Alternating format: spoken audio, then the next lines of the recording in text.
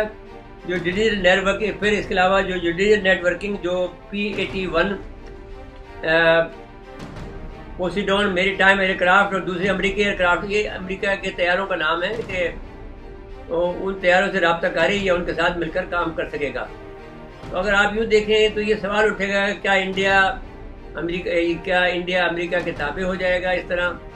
اگر یہ وہ ہارنیٹ 2 لے یا امریکہ کے حتمی طور پر یا ضرورت پر امریکہ کے دسترس میں رہیں گے؟ اگر یہ دونوں قسم کے طیارے لے لیں، لیکن کنٹرول تو بہرحال اس کا امریکہ کے پاس رہے گا۔ یہ فیصلہ اور انڈیا جہاں تک امریکہ چاہے گا صرف اس حد تک ان طیاروں کو استعمال کر سکے گا۔ یہ ہمارا کہنا ہے، ہمارا تجزیہ ہے، کیونکہ ہم اس تجزیے سے گزر چکے ہیں کہ جب ہم ان سے بہت سی چیزیں لی تھی امریکہ سے، تو امریکہ نے ہمیں یہ کیا تھا کہ ایک زمانے میں 1990 کے اندر دہائی میں جب ہم ان کے ساتھ میں جب ہم نے ایٹمی صلاحیت حاصل کر لی تھی، تو امریکہ نے پھر ہمارے جو بہت سے جو ہمارے جہاں پر اسلحہ رکھا جاتا ہے، اسلحہ خانے تھے، اس میں آگ لگانی شروع کر دی تھی، جس پر ہم نے شور مچایا، تو پھر اس کے بعد میں بند ہو گیا تھا۔ تو جو سامان بھی امریکہ بھیجتا ہے اس کا کنٹرول بہرحال آخر کار میں وہ اپنے پاس رکھتا ہے، روسی بھی ایسا کرتے ہیں۔ تو اس کا اظہار بوئنگ کمپنی کے انڈیا کے ساتھ کام کرنے والے نمائندے اینکر کاناگ لیکر نے اس طرح سے کیا ہے کہ سپر ہارنیٹ طیارے جب انڈین ایئر کرافٹ کیریئر یعنی طیارہ بردار جہازوں وکرم اور وراٹ پر ہوں گے، تو دونوں ملکوں کی بحریہ ایک دوسرے کے ساتھ باہمی تعاون اور ایک دوسرے کے ساتھ مل کر کام کر سکے گی، اور دونوں حالے تیاری میں ہوں گے اور آپس میں جڑے ہوں گے۔ ان کی ٹیکنالوجی اور پائلٹ مل کر کام کر سکیں گے۔ اس کی تربیت امریکن انڈین ہوابازوں نے ہم لوگ کو دے گا اور ان طیاروں کی ترقی اور دیکھ بھال کا کام بھی کرے گا۔ امریکی نیوی نے 78 بلاک 3 کے طیاروں کا آرڈر بوئنگ کمپنی کو دیا ہے، اور 2 طیارے امریکہ کو اس سال مل جائیں گے۔ تو اس کا مطلب ہے کہ انڈیا کو طیارے جو ہیں یہ بعد میں ملیں گے، اور ابھی فی الحال اس کو جو ہے F-18 طیارے جو ہیں وہ انڈیا کو ملنے جا رہے ہیں، جس سے اس کو یہ فائدہ ہوگا کہ وہ لمبی پرواز کر سکے گا، اور وہ روسی طیاروں کو بھی استعمال کرتے ہوئے یہ کام کر سکے گا، جس سے اندازہ ہوتا ہے کہ ہم انڈیا کی جس کا نام اسکائی جمپ کہہ لیں یا ایسٹرو بار کہہ لیں، جو میں ایک دم سے اس میں اتر سکیں گے اور اڑ سکیں گے۔ یہ جو صلاحیت ہے، اور اس میں فیول ٹینک بھی زیادہ ہے، اور وہ 10,000 گھنٹے تک کی پرواز کر سکتا ہے۔ اس طرح سے آپ دیکھیں تو یہ انڈیا کی بحری صلاحیت بہت زیادہ ہو جائے گی۔